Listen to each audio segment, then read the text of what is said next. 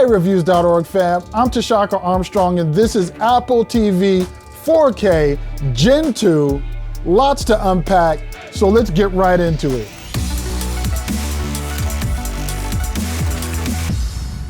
So you may be asking yourself, what is the difference between Gen 1 and Gen 2? Well, we're gonna dive into what the differences are, what you're gonna get with Gen 2 of Apple TV 4K. This is not gonna be a full review, but more a early review of specs and some of my early experiences gaming, setting up, and using the Gen 2 Apple TV 4K. I think the most immediate difference that most consumers are going to notice, and especially those who picked up the first gen Apple TV 4K, is the new remote. With the new remote, the Siri button has been moved from the top to the right side of the remote. Play Eric B. and Rakim in Apple Music. And you get a jog wheel. This new remote is also Bluetooth 5.0 as opposed to Bluetooth 4.0 on the first gen remote, which means the battery is going to last you longer. There's some really cool things that you can do with the Gen 2 remote. For one, it actually has a power button now, so you can power on and off your TV and your Apple TV at the same time. It has an IR blaster on it as well. In addition, like I said, the jog wheel functionality is really cool because now when you're scrolling through a program, when you're scrolling through a show, you can actually scroll the jog wheel and you get all kinds of nostalgic shades of early iPod usage. And even though it isn't a mechanical jog, meaning it rotates, it is mechanical in that the wheel is clickable. The jog portion is touch sensitive. That works well in my testing, as you can see here. Also on the new remote, compared to the first gen remote, you actually get a back button instead of a menu button, or what was called the home button, which actually didn't take you home, it took you back. So you get the back button for that. You get the Apple TV button, which takes you to the Apple TV menu screen. You now have a mute button dedicated on the remote, which you didn't have before. And you have a play and pause button. You also have dedicated volume up and down buttons. One of the things that is really cool about this remote, again, is the Siri integration. And in order to use that, you're going to press and hold the Siri button, then you can speak any command to it. I want to watch Ted Lasso.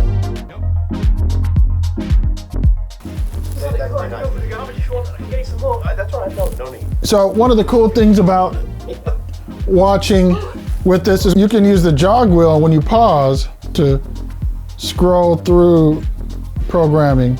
I find fast forwarding and rewinding through content can be a pain with some of the other remotes. But with this, it actually is really simple to use. And one of the other cool functions that you can use with this is, if you didn't hear what he said, let's say somebody was talking to you, you can go, what did he say? Hey, how y'all doing? I'll introduce you, big boss. Here we go. And it'll jump back 15 seconds and with captions, tell you everything that was said on screen. Let's check that again. What did he say? I love this kid. Love him.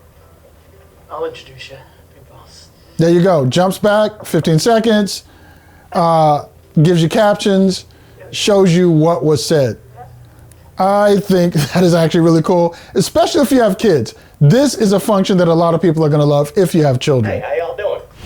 So coming back to the actual box itself, Apple TV 4K Gen 2, you get HDMI 2.1, which supports more data throughput. So technically you could actually push more video, more picture information through that pipeline. It does not do 8K resolution, so there's that, currently at least, but that is there. But that leaves room for all kinds of potential possibilities here. The other thing you're going to get with this, and probably the biggest upgrade internally, is this now comes with Apple's A12 Bionic. processor as opposed to the A10.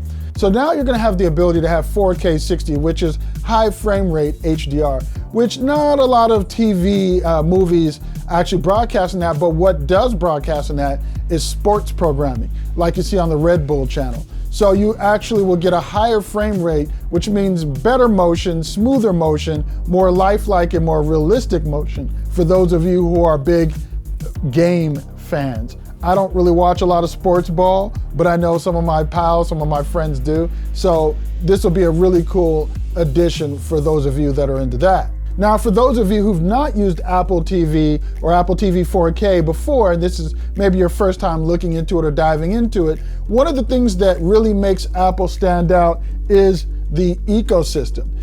Everything just works together. As a matter of fact, if you're an iPhone user, when you're setting this up, all you need to do is plug this puppy up, walk up to it, get close to it with your phone, make sure Bluetooth is turned on, it'll connect, and then you can set up the Apple TV 4K basically using your iPhone, putting in your passwords, doing all that kinds of stuff.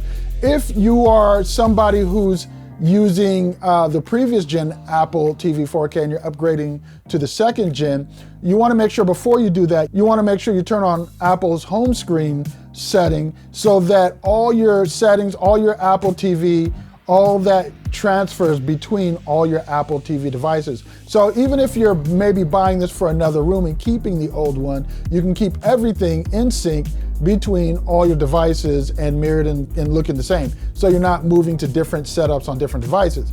But if you do actually want different setups, hold down the TV button and you see you can now switch between users. There's only me on this one, but as you can see, if there were other users on this, their names would show up here as well, and I'd be able to switch between those users, between those user profiles, and you'd be able to access their suggestions, all those different kinds of things. And again, one of the things that I really like when we're talking ecosystem is the ease of use, the ability to access very easily your devices all over the network. So if I want to, let's say, mirror my phone and show somebody something funny, I can just go to my iPhone, pull down the control center, go into screen mirroring, and there you have it. I am now mirroring my phone directly onto my living room TV. Really simple, really easy to do. So it really is about the ecosystem, as you probably already know if you're an Apple user, Apple fan. Now, with the A12 Bionic comes a better ability to play games. I even had my sons play some of the games on here. We were playing this game right here, World of Demons.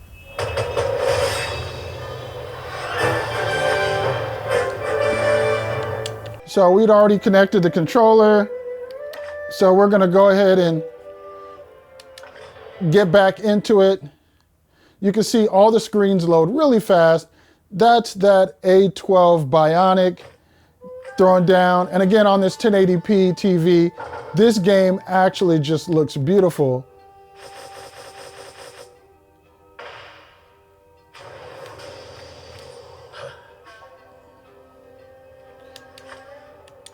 And you see the screens, you move through them really fast.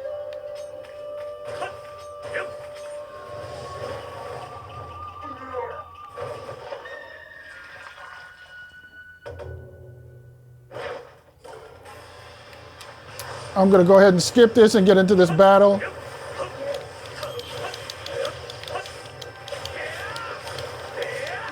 So this kind of reminds me of Samurai Showdown, one of my old favorite games.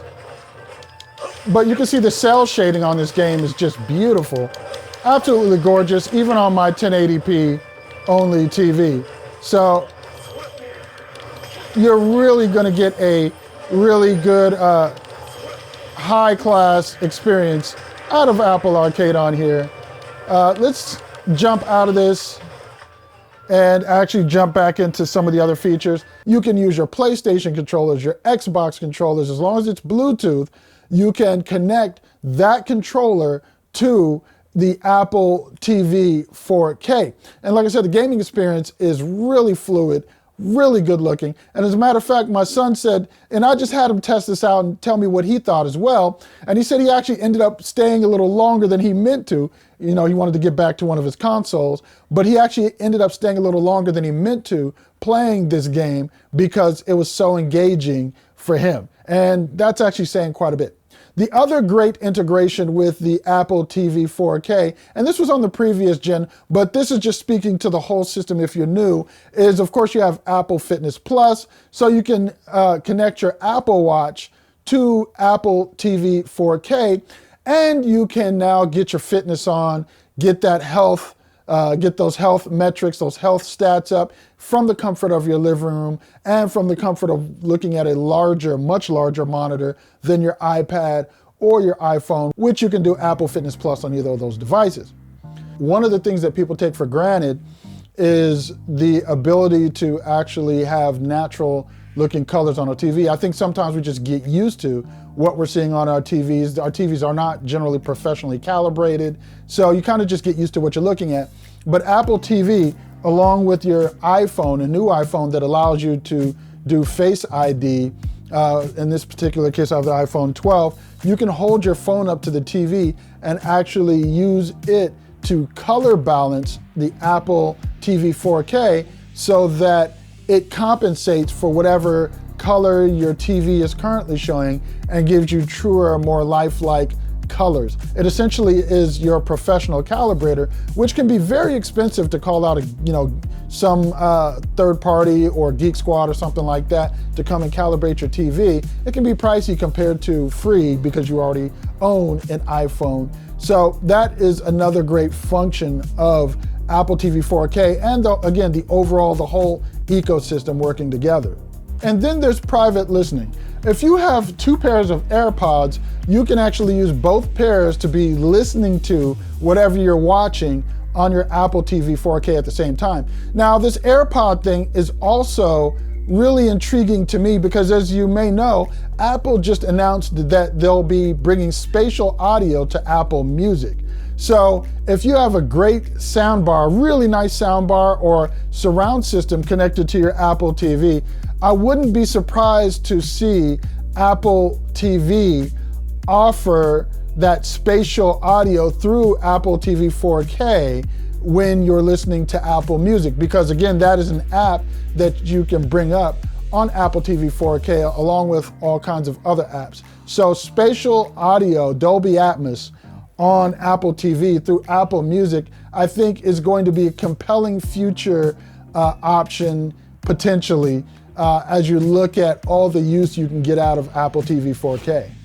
So that's Apple TV 4K, a first look. I haven't had it that long yet, so I'm going to be putting it through its paces, using it some more, and getting back to you with my review, my observations in depth on the use of Apple TV 4K in my home. But that is kind of my early preview. So yes, gaming is awesome.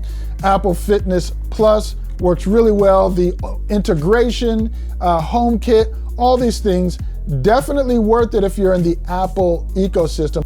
Plus you get local storage with these. So really is a whole solution in a tiny box. And as much as I do love smart TVs, I do often recommend people get standalone boxes or the dongles for the TV, because it's like those old TV VCR combos. If the VCR goes bad, now you have a kind of TV paperweight. But in this instance, if you have a standalone box, when you want to upgrade to the latest and greatest technology, but let's say your TV still works just fine, you can just pay a whole lot less for the standalone box than you would to upgrade a whole TV. So I'm a big believer in the standalone boxes for whatever streaming box you use, but in this particular case, we're talking Apple TV 4K second gen.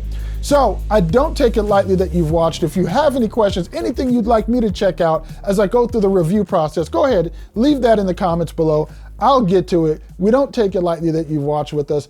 I'm Tshaka Armstrong. This is reviews.org. I'll catch you on the next video.